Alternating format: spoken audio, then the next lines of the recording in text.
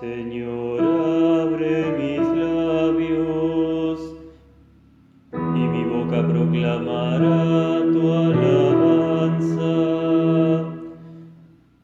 Gloria sea al Padre y al Hijo y al Espíritu Santo, como era al principio, ahora y siempre, por los siglos de los siglos. Amén.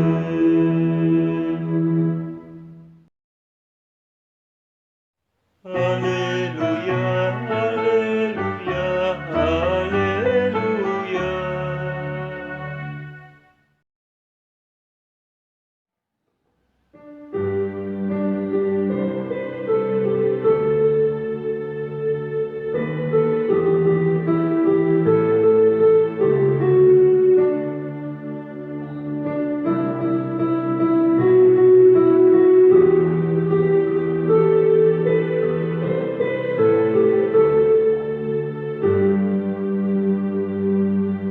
Venid, aclamemos al Señor,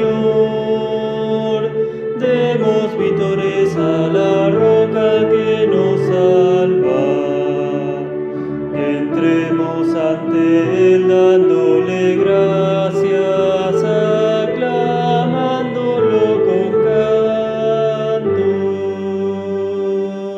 porque el Señor es un Dios grande, soberano de todos los dioses, tiene en sus manos las cimas de la tierra y son suyas las cumbres de los montes. Venid, aclamemos al Señor, demos vítores a la roca que nos salva. Entremos ante Él dándole gracias, aclamándolo con cantos. Suyo es el mar porque Él lo hizo, la tierra firme que sus manos modelaron. Entremos y postrémonos por tierra, bendiciendo al Señor nuestro Creador. Venid, aclamemos al Señor, demos vítores a la roca que nos salva. Entremos ante Él dándole gracias, aclamándolo con cantos, porque el Señor es nuestro Dios y nosotros su pueblo escogido. Somos el rebaño que Él guía, ojalá escuchéis hoy su voz. Venid, aclamemos al Señor, demos vítores a la roca que nos salva. Entremos ante Él dándole gracias, aclamándolo con cantos. Gloria al Padre y al Hijo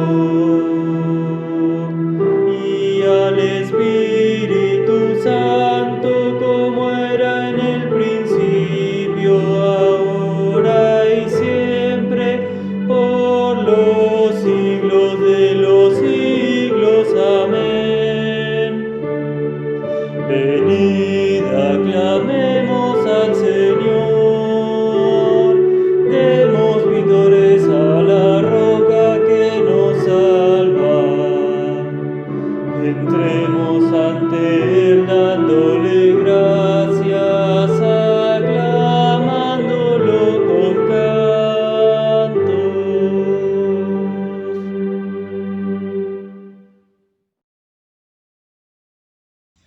La primera lectura se encuentra escrita en el libro de Génesis, en el capítulo 11, versículos 1 hasta el 9, y escrito está: En la tierra todos tenían entonces una sola lengua y unas mismas palabras, pero sucedió que, cuando salieron de Oriente, hallaron una llanura en la tierra de Sinar y se establecieron allí. Y se dijeron unos a otros: vamos a hacer ladrillos y a cocerlos en el fuego. Y los ladrillos les sirvieron como piedras y el asfalto les sirvió como mezcla. Y dijeron: vamos a edificar una ciudad y una torre cuya cúspide llegue hasta el cielo. Hagámonos de renombre por si llegamos a esparcirnos por toda la tierra. Pero el Señor descendió para ver la ciudad y la torre que los hijos de los hombres estaban edificando. Y dijo: esta gente es una sola y todos ellos tienen un solo lenguaje. Ya han comenzado su obra y ahora nada los hará desistir de lo que han pensado hacer. Así que descendamos allá y confundamos su lengua, para que ninguno entienda la lengua de su compañero. Así fue como el Señor los esparció por toda la tierra y como dejaron de edificar la ciudad. Por eso la ciudad se llamó Babel, porque allí el Señor confundió el lenguaje de toda la tierra y desde allí los esparció por toda la superficie de la tierra. Señor, ten piedad de nosotros. Demos gracias a Dios. La lectura de la epístola se encuentra escrita en los Hechos de los Apóstoles, en el capítulo 2, versículos 1 hasta el 21, y escrito está: Cuando llegó el día de Pentecostés, todos ellos estaban juntos y en el mismo lugar. De repente un estruendo como de un fuerte viento vino del cielo y sopló y llenó toda la casa donde se encontraban. Entonces aparecieron unas lenguas como de fuego que se repartieron y fueron a posarse sobre cada uno de ellos. Todos ellos fueron llenos del Espíritu Santo y comenzaron a hablar en otras lenguas según el Espíritu los llevaba a expresarse. En aquel tiempo vivían en Jerusalén judíos piadosos que venían de todas las naciones conocidas. Al escucharse aquel estruendo, la multitud se juntó y se veían confundidos porque los oían hablar en su propia lengua. Estaban atónitos y maravillados y decían: fíjense, ¿acaso no son galileos todos estos que están hablando? ¿Cómo es que los oímos hablar en nuestra lengua materna? Aquí hay partos, medos, elamitas y los que habitamos en Mesopotamia, Judea, Capadocia, el Ponto y Asia. Están los de Frigia y Panfilia, los de Egipto y los de las regiones de África que están más allá de Cirene. También están los romanos que viven aquí, tanto judíos como prosélitos, y cretenses y árabes, y todos los escuchamos hablar en nuestra lengua acerca de las maravillas de Dios. Todos ellos estaban atónitos y perplejos, y se decían unos a otros: ¿y esto qué significa? Pero otros se burlaban y decían: están borrachos. Entonces Pedro se puso de pie junto a los otros 11, y con potente voz dijo: varones judíos y ustedes, habitantes todos de Jerusalén, sepan esto, y entiendan bien mis palabras. Contra lo que ustedes suponen, estos hombres no están borrachos, pues apenas son las 9 de la mañana. Más bien, esto es lo que dijo el profeta Joel. Dios ha dicho: en los últimos días derramaré de mi espíritu sobre toda la humanidad. Los hijos y las hijas de ustedes profetizarán, sus jóvenes tendrán visiones y sus ancianos tendrán sueños. En esos días derramaré mi espíritu sobre mis siervos y mis siervas, y también profetizarán. Y haré prodigios en el cielo y en la tierra, y se verán señales de sangre, de fuego y de vapor de humo. El sol se oscurecerá, la luna se pondrá roja como sangre, antes de que llegue el día del Señor y se muestre en toda su grandeza. Y todo el que invoque el nombre del Señor será salvo. Señor, ten piedad de nosotros. Demos gracias a Dios. La lectura del Evangelio se encuentra escrita según San Juan en el capítulo 14, versículos 22 hasta el 31, y escrito está: Judas, pero no el Iscariote, le dijo: Señor, ¿cómo es que te manifestarás a nosotros y no al mundo? Jesús le respondió: el que me ama obedecerá mi palabra, y mi Padre lo amará, y vendremos a él y con él nos quedaremos a vivir. El que no me ama no obedece mis palabras, y la palabra que han oído no es mía, sino del Padre que me envió. Les he dicho estas cosas mientras estoy con ustedes, pero el Espíritu Santo, a quien el Padre enviará en mi nombre, los consolará y les enseñará todas las cosas, y les recordará todo lo que yo les he dicho. La paz les dejo, mi paz les doy. Yo no la doy como el mundo la da. No dejen que su corazón se turbe y tenga miedo.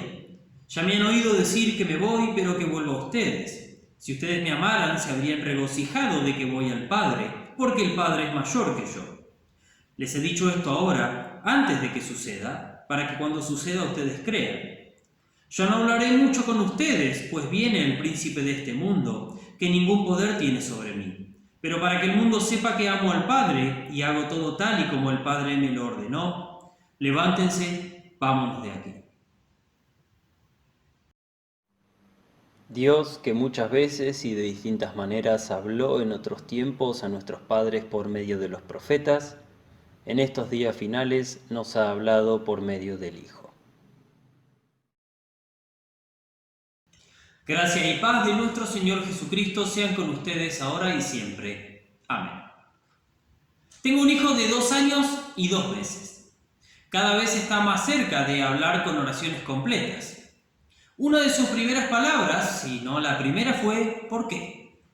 Y no es casualidad, porque cuando se mandaba alguna macana, cuando hacía algún lío, uno le preguntaba, aunque sin sentido ni propósito, ¿por qué? Tratando de encontrar una explicación a lo inexplicable. En nuestro texto del Evangelio también hay un por qué. ¿Por qué nos elegiste a nosotros para revelarte y no al resto? Y la respuesta de Jesús indica que los elegidos son los de la fe obrada por el Espíritu Santo y que esta elección no depende de obras humanas. El que comienza hablando es Judas, pero no el Judas más famoso y que todos conocen, el que traicionó a Jesús, sino el otro, que también era apóstol, el que tiene una carta justo antes del Apocalipsis de Juan, Judas Tadeo. Pero es tan conocido el Iscariote, y tan poco Tadeo, que Juan, en vez de aclarar de qué Judas se trata, prefiere aclarar de cuál no se trata. Y la pregunta que él hace no es poca cosa. ¿Por qué a nosotros sí y a otros no? En la teología es llamada la crux theologorum, la cruz del teólogo, porque es la pregunta sin respuesta. Si la salvación depende de Dios, ¿por qué unos se salvan y otros no? Si conocer a Cristo depende de Dios, ¿por qué unos lo conocen y otros no? Intentando encontrar una respuesta a esta pregunta, han surgido 2 de las herejías más grandes y actuales dentro del cristianismo: el calvinismo y el arminianismo. Y son herejías porque responden de una forma no bíblica, sino racional, ya que la respuesta bíblica es justamente irracional e insatisfactoria para la razón. El calvinismo, proveniente de Juan Calvino, respondió a la pregunta de forma matemática, podríamos decir, lógica. Si la salvación depende de Dios y los elegidos se salvan, significa que Dios también eligió a otros para condenación, es decir, los predestinó para condenación, así como también predestinó a otros para salvación. ¿Por qué es herético esto? Porque sería afirmar que Cristo no murió por todo el mundo, sino por unos pocos, un grupo selecto, contrario a lo que dice la Escritura. Además, jamás la Escritura afirma esta elección para condenación. Si uno entiende la elección de forma calvinista, ¿para qué hacer misión? Si Dios en su soberanía ya eligió a los salvados, no es necesario que nadie más crea. Además, si uno es elegido, se va a salvar incluso sin la predicación. Porque si Dios lo eligió, no hay forma de que se pierda, porque no hay forma de escapar a su soberanía. En la otra vereda está el arminianismo, proveniente de Jacobo Arminio, que afirma que Jesús sí murió por todos y que los que se pierden por sus propias obras. Hasta acá, todo bien. El problema está en que entonces los que se salvan también se salvan por las obras. Como que Jesús ganó la salvación y está ahí, flotando. Y uno tiene que tomarla y apropiársela. Básicamente es reflotar una herejía del siglo V, el pelagianismo, que afirmaba esto. En simples palabras, es como que Cristo obró la salvación y está disponible para todos, pero es como una pelota en el punto del penal. Y para que sea gol, uno tiene que ir y patear el penal. También está la otra variante, el semi-pelagianismo o semi-arrianismo, que justamente es semi, casi. Dios tira el centro, hace algo en vez de ser una pelota estática en el punto del penal, pero uno tiene que cabecear y meter el gol. Uno tiene que definir. Por eso de este movimiento surge la afirmación de que hay que aceptar a Jesús como tu Señor y Salvador personal. Parecen ser totalmente opuestas. En una, el humano es un simple ser que no hace nada y que le toca según la suerte y el capricho de Dios. Y en otra es un agente activo o semiactivo que define los planes de Dios. Pero tienen algo en común. Ambas son herejías, totalmente insustentables desde las Escrituras, que afirman que Dios eligió para salvación a los de la fe, y la fe es una obra de Dios y no humana. Los que se pierden por sus propios pecados, y no porque Dios los haya predeterminado para perderse. Es ilógico, es irracional. Es bíblico. Nuestro texto parece por un momento ir por el lado del arminianismo. Cuando Jesús responde, el que me ama obedecerá mi palabra, el que no me ama no obedece mi palabra. Pero esto está lejos de ser arminianismo. Porque leyendo el texto de Juan en sintonía con todo el Evangelio, e incluso con las cartas juaninas, uno sabe que amar a Dios es fe. Leyendo esto en sintonía con toda la Escritura, sabe que la fe no es obra humana.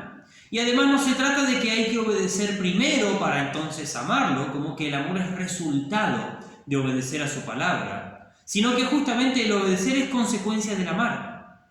También sabemos que la fe es propiamente el cumplimiento de la ley, porque la fe se apropia del cumplimiento de la ley que Cristo hizo en nuestro lugar. De todo esto concluimos que el que tiene fe, obrada por Dios mismo, ama a Cristo. Por lo tanto, obedece su palabra como receptor de la obediencia de Cristo. Por lo tanto, Jesús no va por el lado de Arminio, aunque tampoco va por el lado de Calvino. Jesús responde a la pregunta inicial enfrentando dos conceptos opuestos acerca de la salvación: fe o incredulidad, gracia u obras. La pregunta de Judas intenta encontrar respuestas en la carne al obrar de Dios, busca una explicación lógica. Jesús aclara que esto es cuestión de fe y no de obras. Por eso ellos no se regocijaban con que Cristo iba al Padre, y el propio Jesús habla del amor de ellos en subjuntivo: si ustedes me amaran, como si ellos no lo estuviesen amando en ese momento. Esto es porque la carne no ama a Cristo, no entiende el actuar de Dios, intenta buscar explicaciones y al no encontrar respuesta, duda y no guarda su palabra. Esto es porque aprender y recordar la palabra de Cristo, guardarla, no es obra de la carne, no es una obra nuestra. Pero a la carne esto no le gusta, porque a la carne le gusta que le den crédito, que le asignen mérito por haber sido beneficiaria, creer que es merecedora de lo que recibe. Y esto no es propio solo de aquellas personas orgullosas a las que les gusta hacer cartel frente a todos los demás de toda cosa buena y santurronería que hacen, sino que es algo propio de todos los pecadores. Porque la carne naturalmente se ama a sí misma y no a Dios ni al prójimo. Por eso la respuesta que da la carne a la pregunta inicial es totalmente contraria a la de Jesús. Me eligió por lo que soy, calvinismo. Me eligió por lo que hago, arminianismo. E inicialmente uno podría decir, el pastor dice esto pero no lo dice por mí. Yo no pienso así. Si alguno piensa esto, entonces ha caído exactamente en lo que yo dije, porque piensa que es mejor que los demás. Sí, porque al pensar que la ley no es para sí, que no lo afecta o identifica, está orgulloso de su carne y su actuar, y de que la ley es para los demás, que serían los verdaderos pecadores. Si uno no aplica la ley como algo que está siendo dicho para su propia vida, está pecando justamente de esta forma, amando su carne antes que a Dios, creyendo que es lo suficientemente bueno como para que la ley no lo afecte. Pero esto no es más que pecado contra el primer mandamiento, amando a la carne más que a Dios, confiando en la carne más que en Dios, estando orgulloso de lo que se es o se hace. Por eso necesitamos morir a la carne, arrepentirnos y por la fe obrada por el Espíritu Santo, esperar que sea Él quien nos enseñe y nos recuerde todas las cosas. Por eso el que ama a Dios el Padre es Cristo. Aquel que se somete a aquello que el propio Satanás creía que era su plan macabro, pero que en realidad era el mandamiento del Padre que Jesús hace para que el mundo conozca que ama al Padre y al mundo, cumpliendo su ley y cumpliéndola en lugar del mundo, obedeciendo el plan salvífico del Padre y muriendo en la cruz en lugar del mundo. ¿No podemos amar al Padre? No hay problema. Yo lo amo por ustedes, dice Jesús.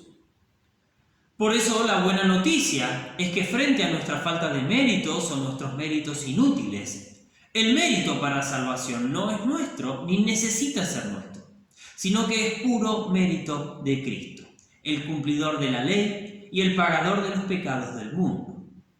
¿No podemos amar a Cristo para guardar su palabra? No hay problema, dice Jesús. Yo los amo a ustedes y pongo mi vida por ustedes para que les sea justicia. Pero todavía falta resolver algo. Necesitamos amarlo para guardar su palabra. ¿Cómo hacemos? Simplemente no hacemos nada. Amar a Cristo es por obra, pero no por obra nuestra, sino por obra del Espíritu Santo que obra en nosotros la fe a través de la palabra. Y a modo redundante, esta fe nos hace guardar la palabra, porque nos hace amar a Cristo. Fe es temer, amar y confiar en Dios por sobre todas las cosas. La fe, por lo tanto, es el cumplimiento del primer mandamiento. Aquel mismo mandamiento que recién nos acusaba, por la fe, está cumplido por Cristo en lugar nuestro. ¿Qué obra tuvimos que hacer? Ninguna. La obra es del Espíritu Santo, que obra la fe en nosotros. Gracias a esta obra quedamos en paz, porque recibimos la paz de Cristo, que no da la paz como el mundo la da, sino que da una paz que sobrepasa todo entendimiento, como siempre se dice al final de los sermones. Porque la paz que ofrece el mundo es efímera, porque el mundo ofrece paz a través de una religión falsa, que es religión a partir de las obras humanas, y sabemos por las palabras de Jesús que esto no prospera. Por eso su paz es superior, única e incomparable, porque su paz es certera y eterna. Su paz trae consuelo verdadero a las conciencias atormentadas, porque no las hace descansar en su propio amor, méritos y obras, que son fluctuantes. A veces son buenas y a veces son malas, sino que las hace descansar en el amor del Padre, los méritos de Cristo y la obra del Espíritu Santo. Todo esto para nuestro perdón y salvación. La vida cristiana es aquella que el cristiano vive con la Trinidad habitando en uno por la fe. Por ende, las obras que salen del cristiano son las obras de Dios. Desde Pentecostés la Iglesia habla un único idioma, que es el del Evangelio. Sucede el movimiento contrario a Babel, aquel de la primera lectura, cuyo lenguaje era el de las obras, porque con los esfuerzos humanos se quería llegar al cielo. Pero las lenguas terminan confundidas y los pueblos esparcidos. Ahora, por obra de Dios Espíritu Santo, los idiomas se ven unificados y los pueblos reunidos bajo una sola iglesia, la comunión de los santos. En esta comunión, el Espíritu Santo nos enseña y recuerda todas las cosas a través de la predicación, el bautismo, la absolución y la Santa Cena, donde nos trae a Cristo con su perdón y justicia, todas las cosas que necesitamos aprender y recordar para salvación. A nuestro Señor Jesucristo, que junto con el Padre nos envió al Espíritu Santo para que nos traiga consuelo en la fe, sea la gloria por los siglos de los siglos. Amén. Y la paz de Dios, que sobrepasa todo entendimiento, guarde sus corazones y mentes en Cristo Jesús. Amén.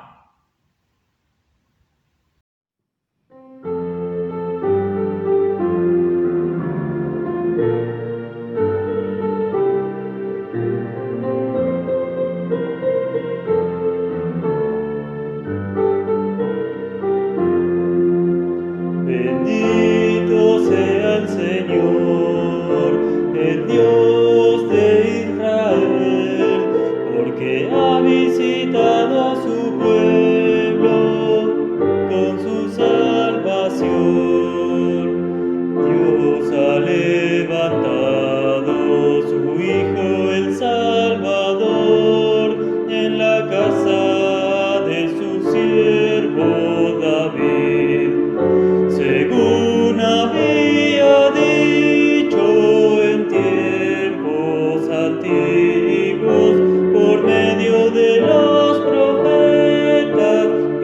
profetas que hablaban por él. Bendito sea el Señor, el Dios de Israel, porque ha visitado a su pueblo con su salvación.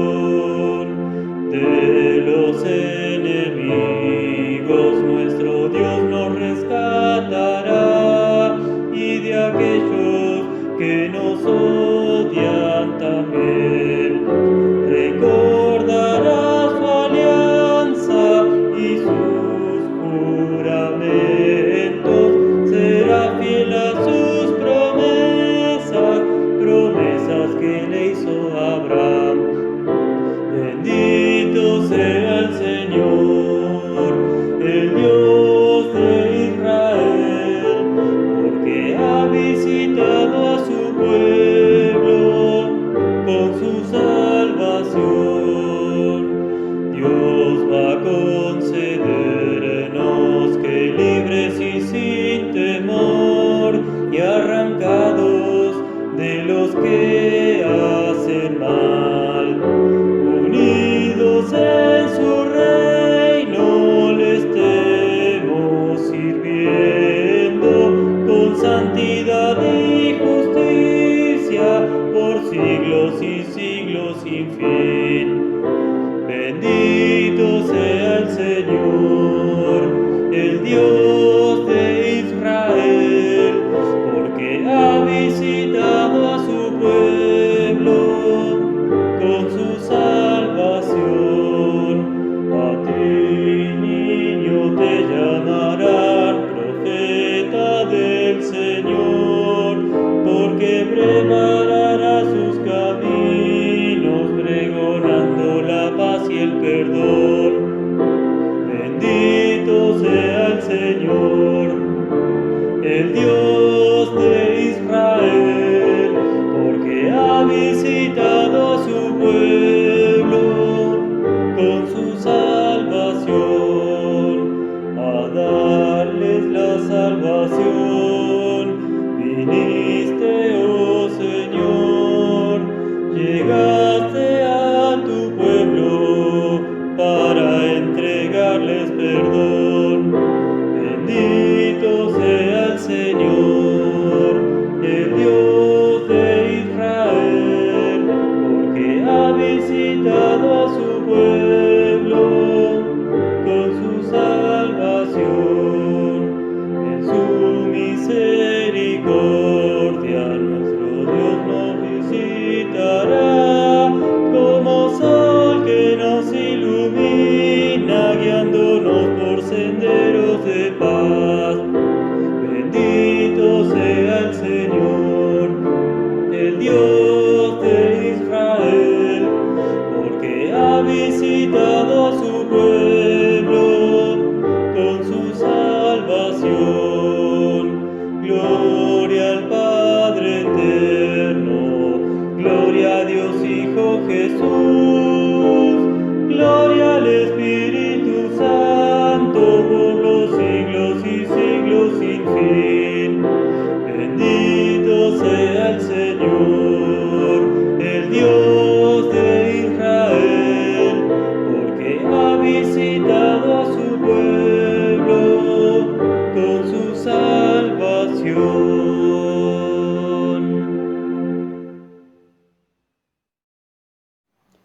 Oremos. Oh Señor nuestro Padre Celestial, Todopoderoso y Eterno Dios, tú nos trajiste de manera segura al comienzo de este día. Defiéndenos hoy con tu poder y concédenos tu protección, para no caer en pecado ni en ningún peligro, sino que, en todos nuestros quehaceres, siendo guiados por tu gobierno, permanezcamos bajo tu mirada paterna, por Jesucristo tu Hijo nuestro Señor, que vive y reina contigo y con el Espíritu Santo, siempre un solo Dios, por los siglos de los siglos. Amén. Instruidos por nuestro Señor Jesucristo y confiando en sus promesas, oramos. Padre nuestro que estás en los cielos, santificado sea tu nombre. Venga a nos tu reino, hágase tu voluntad, así en la tierra como en el cielo. El pan nuestro de cada día, dánoslo hoy. y perdónanos nuestras deudas, así como nosotros perdonamos a nuestros deudores. Y no nos dejes caer en la tentación, mas líbranos del mal. Porque tuyo es el reino, el poder y la gloria, por los siglos de los siglos. Amén. Bendigamos al Señor, demos gracias a Dios. El Señor Todopoderoso y Misericordioso, el Padre, el Hijo y el Espíritu Santo,